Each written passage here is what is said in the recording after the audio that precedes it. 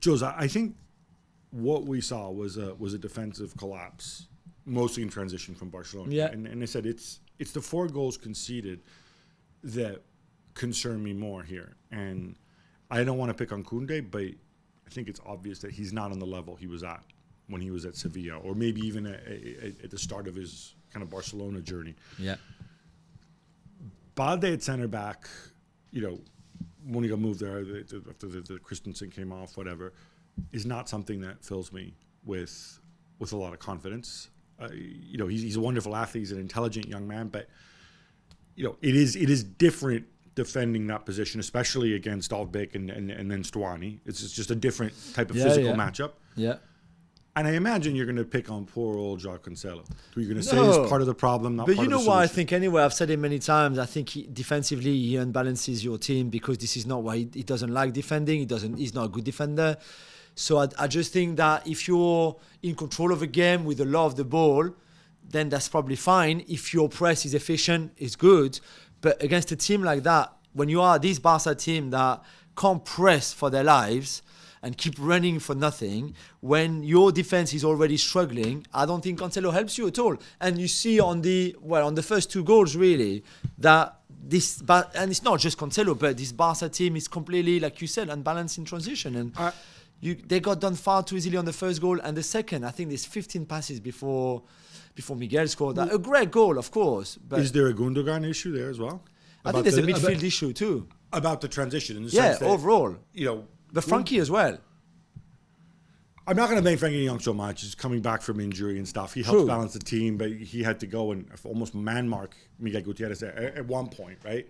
No, I know, but is he the guy that should play in this holding role then? No.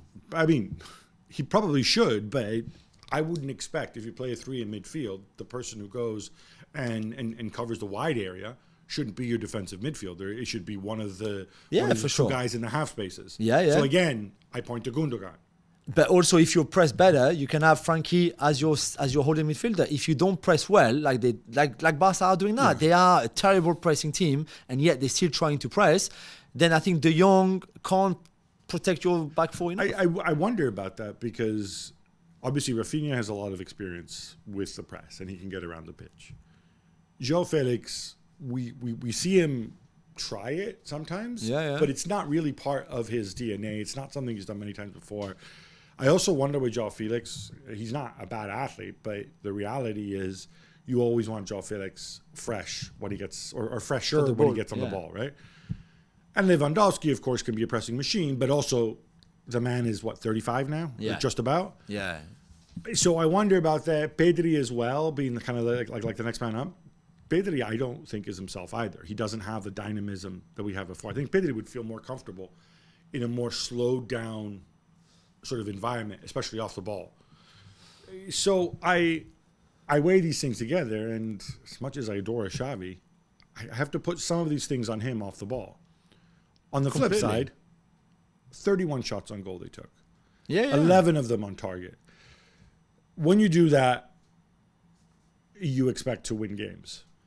True, but Girona, such a team that they are just an open team because they attack really well. They are the best attack in the league. They will go forward a lot. Their fullbacks go forward a lot. So, 31 shots though. You can face an open team and not take 31 shots on goal. That's a shot every 3 minutes. Yeah, but it's easier against a team that leaves you space and attack you than a low block where you would not get 31 shot against a low block, I think. So this is good, but the problem in this game is not so much what they did with the ball, because I think, like you said, there's enough chances. There's another one for Lewandowski. Gundogan could have had another one. They rushed a few of them a little bit. Is that you conceded 4 goals, like you said. Last season, they conceded 20 goals in the whole season in 38 La Liga games. 20 in 38. They conceded 13 in 34 at some point last season, and then 7 in the last kind of 5 games or so. They're already on 18 in 16, man. That's more than a goal a game conceded. I would have to look at the XG because when I think back to last season, I remember them giving up a ton of shots and Marc-Andre ter Stegen making all these fantastic saves. Yeah, for sure. Whatever. But still, this is the same back 4 gap. Well, plus pretty Cancelo. Much. Yeah. Yeah. But Cancelo is the difference in your back 4. I think there's also the differences that... obviously, Kounde's gone down. Did you also feel that he was overloading Savio's side with Kounde and Araujo? and I thought unnecessarily so. I guess Savio was always the main threat, maybe more than Tsigankov. Although the first goal saw comes in from this the game, right, though. I know, but it's from not the like right-hand side. you have two natural defenders, or you don't need to send them both when you're also dealing with Dovbyk in the middle. Well, I it's just more thought that there then Cancelo is the next. So even if you get Christensen on Dovbyk, then that leaves Cancelo too isolated, I think, against Tsigankov. Which yeah, it's a really tricky situation, I think, for Barcelona right now. Yeah, I do think this is on him.